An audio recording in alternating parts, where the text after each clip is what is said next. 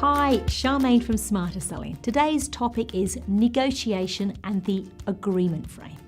Now, the purpose of an agreement frame is because you've now asked intelligent questions, you've found out what your client wants, you've aligned perfectly, and now should there be any negotiation or not, it's at this point that this is coming in. And I'll tell you what this does. Up until this point, it's almost like you're opposite your client, okay? Now, you don't want to do that mentally, you want to be beside them, of course. You're on the phone, be beside them.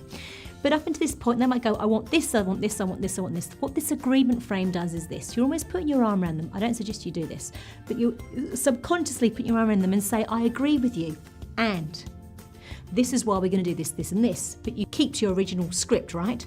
Or you go, yes, I understand your situation, and that's why we're going to da-da-da-da-da, and you keep to your original script. Or you might go, I respect your decision, and that's why we're going to da-da-da-da-da, and you keep to your script. There's many agreement frames. What it does is this. It takes it away from going, oh yeah, okay then, but, or however.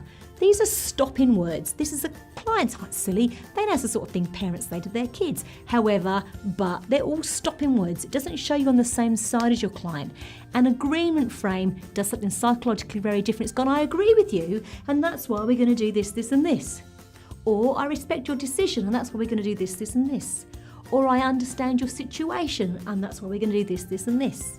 So think about that agreement frame and use it, because it gets the client to understand that you have considered and had empathy, and you're on the same side as them, and you're walking the same direction, looking at a solution together. You definitely need to be thinking of being beside them, looking at a solution together. But remember, you're not actually changing your offer, you're just changing your wording.